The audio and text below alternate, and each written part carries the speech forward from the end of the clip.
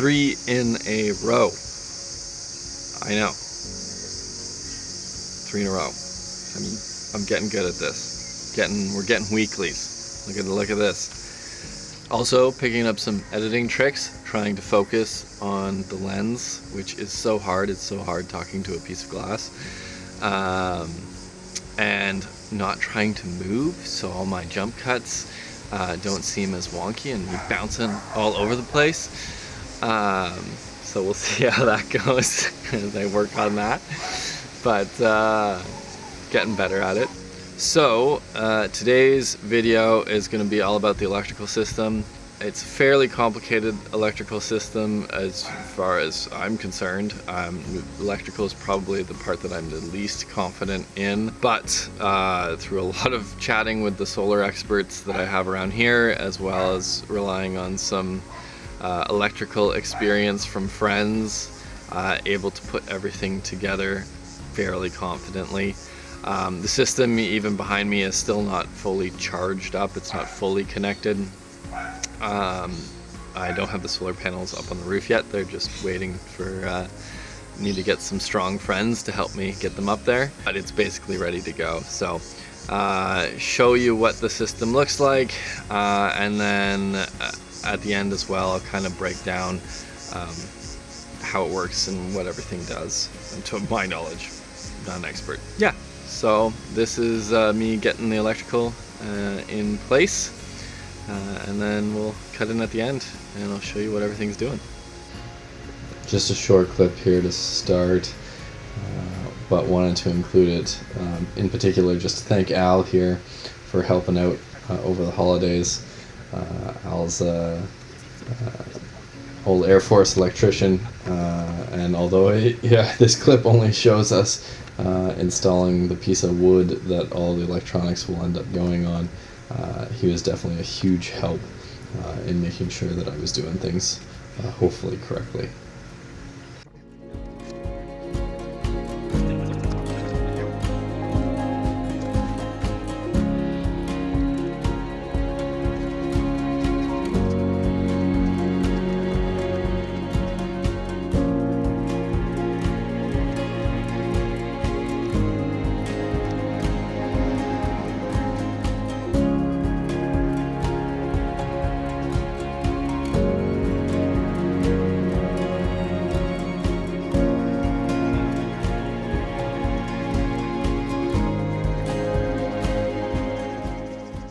This is what most of the electrical footage is going to look like of me actually doing it. Is sitting somewhere, crimping wires, and screwing in nuts and bolts. You can see by this point we've gotten a good chunk of the big pieces of equipment installed. I'll go over what each of those kind of does in a moment. But yeah, most of the time here spent is just pulling cables out, chopping a little bit off the ends, crimping on a lug, and then screwing it on to whatever interface that needs to get screwed on into.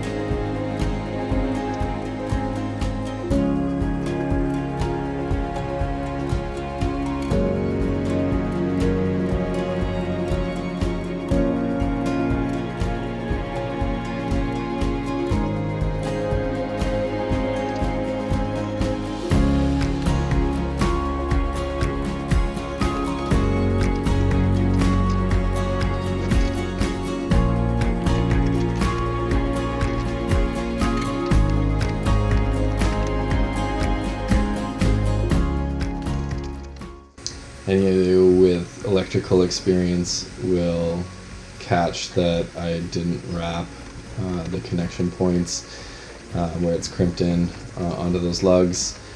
I did go back and through the entire system and cover that up with electrical tape where it was needed. So it should all be safe now.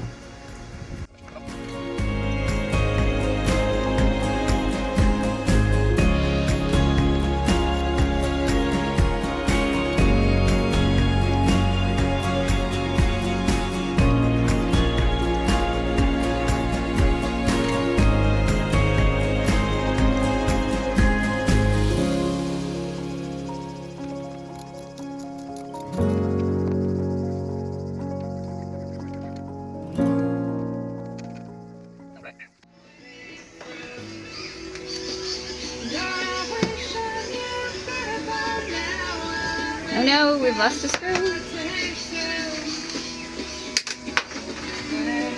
It was hiding in Mike's spot.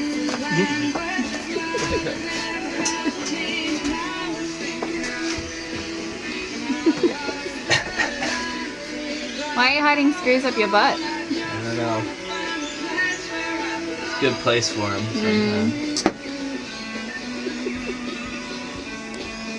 Nobody's going in there.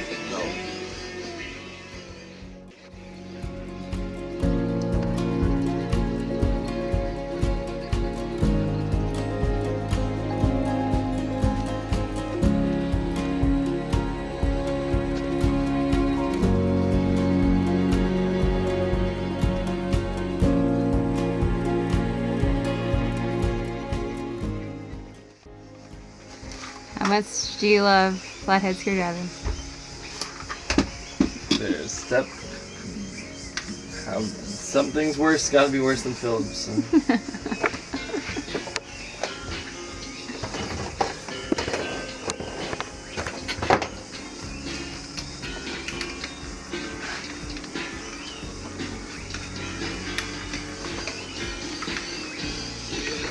It would be better if I actually had a screwdriver. Yeah.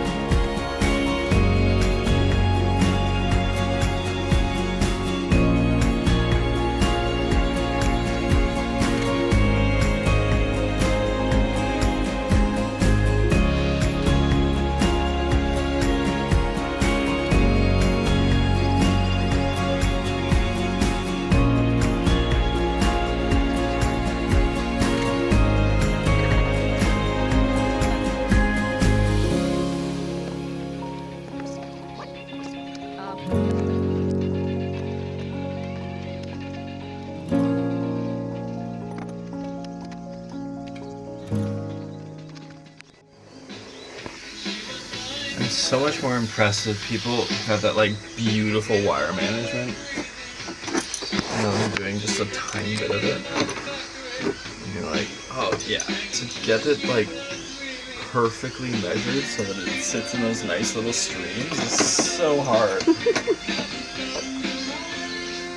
Slash just like takes way too much effort. I mean, I think we're doing okay. Yeah, it could be way worse.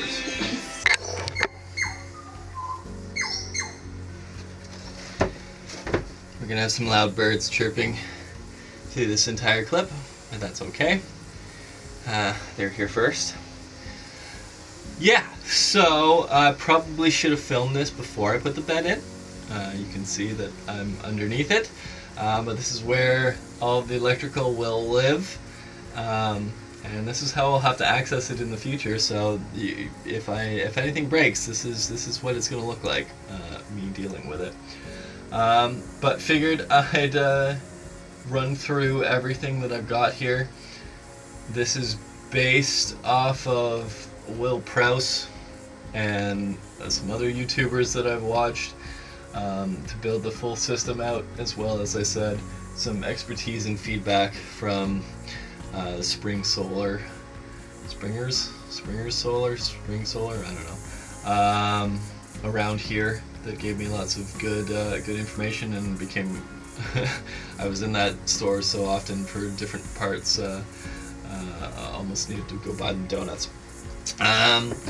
But can give you a breakdown of what everything does here, why I have it, why I ended up going with it. From the start, you can see from all of the blue, this is predominantly a Victron system. Victron, it talks really well with each other across all of its different things. And you can program it to be pretty smart with the different tools and manage the electricity across all of the different bits and bobs. So that was kind of one of the reasons that I went with it, as well as it holds a lot of value. And so if I do, when I want to move this and give it to someone else, if they want the electrical, this holds all of its value, and if they don't, I can pull it out and sell it for whatever, kind of close to what I bought it for. So starting with 400 amp hours of battery just below the screen. I know you can just barely see it, but there's 2 lithium ion batteries that I'm going to attach in parallel, both 12 volt, and ended up going with a 12 volt system just because it's the simplest to match up with your van battery that's also 12 volt. And went with 400 amp hours for the time being. I think that should be enough. I have a pretty beastly solar panels on the top that I'll talk about later, that should be able to recharge things fairly quickly. But this should give me a few days if somehow there's no sun in Australia for that many days in a row. This should keep me going with full usage, so that's not even taking into account hampering back. But yeah, so 400 amp hours. From the 400 amp hours, you see these 2 big cables. That's what's going to connect them in. This is a 1000 amp shunt, so that just kind of keeps an eye on my batteries. Will tell the whole system how much power, how much amps I've got left going in them, amp hours left I've got going in them. And it's smart going into this distributor. So this distributor I picked because it actually has fuses in it for each of the different connections. So it's just a little bit easier to fit everything into a small space when you've got things that are doing multiple tasks. So predominantly the distributor is to just attach a whole bunch of things together, but by getting the fuses in there as well, it's helping protect the whole system.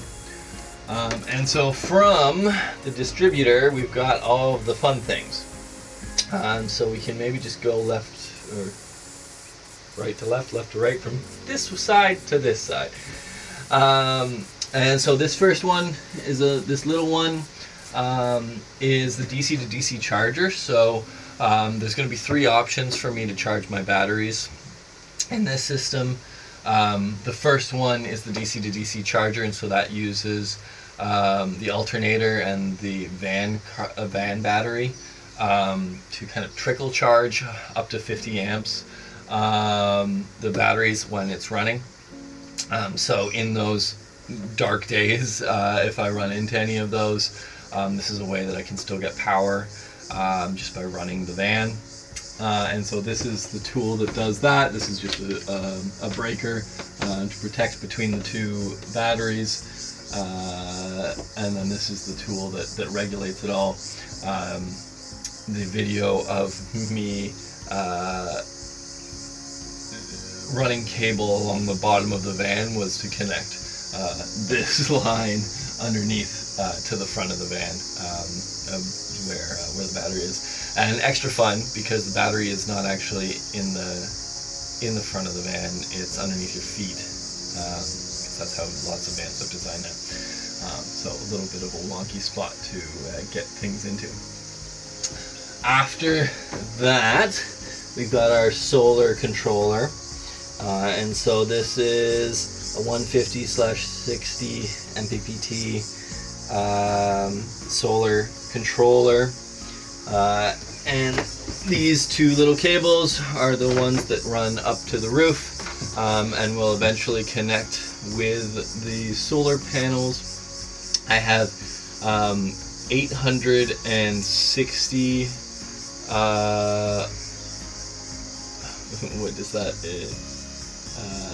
860 watts of solar that are going to be running into the system. So again, that should be able to charge up these batteries fairly quickly in full sun, assuming they're running at their full efficiency, which is pretty good. And then this is again, it's very smart in that it can control and manage the use of those, preventing any kind of flares in voltage or amperage spikes before going into the batteries and anything else. So don't know a lot more about the science and magic that is going on in that box. But it's the one that is recommended for the voltage and amperage that I have. 150 is for the voltage, 60 is for the amperage. And yeah, I think my understanding is that as well, the system that I have here, I can upgrade substantially if I ever want to. If I'm finding that my power usage is off the charts, which I don't expect it to be, but if that is the case, I can toss a couple extra batteries on here and really beef up the system if I need to or want to. Same with if I want to, sell the system to someone else, they can probably use this in small house usage if they wanted to as well, which makes it easier for me to move. So that's the solar panel.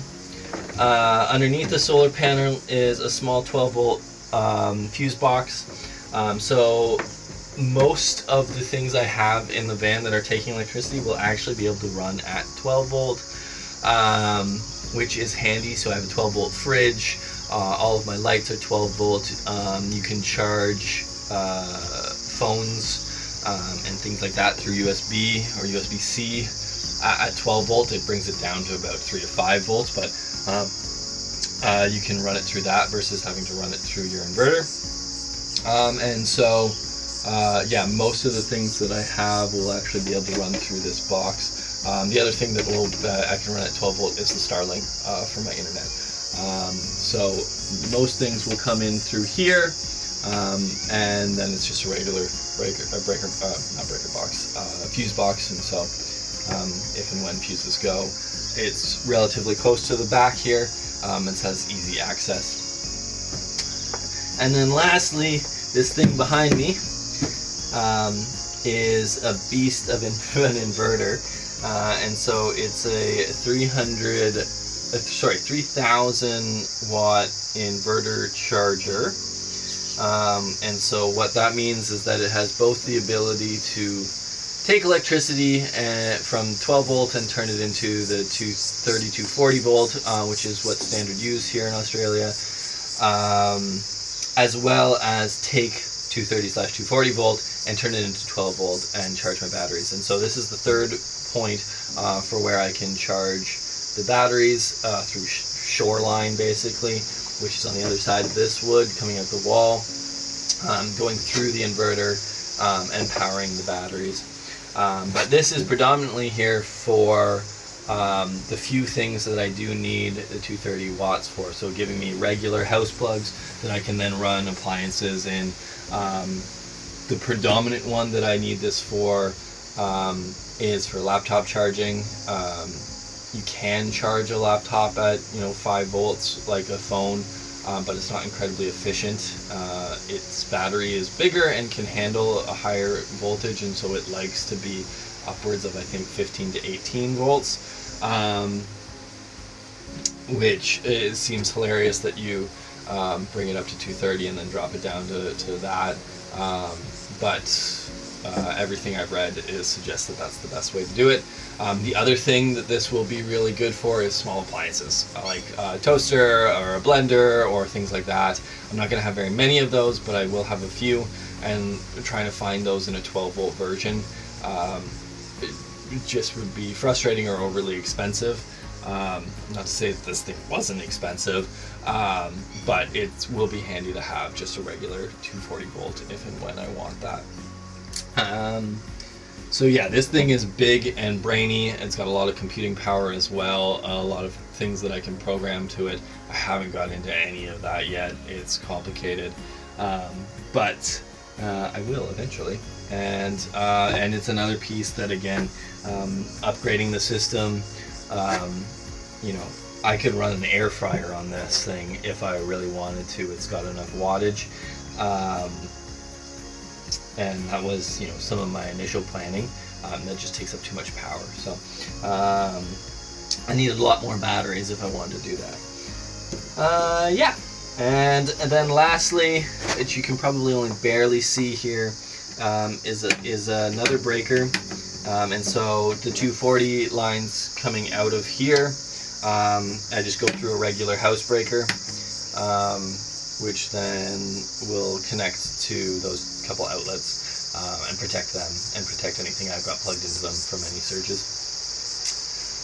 And that's the electrical system. Yeah, I'm gonna climb out of this cave that is underneath my bed now. So that's the electrical system in a nutshell. This definitely took me the longest amount of time to figure out.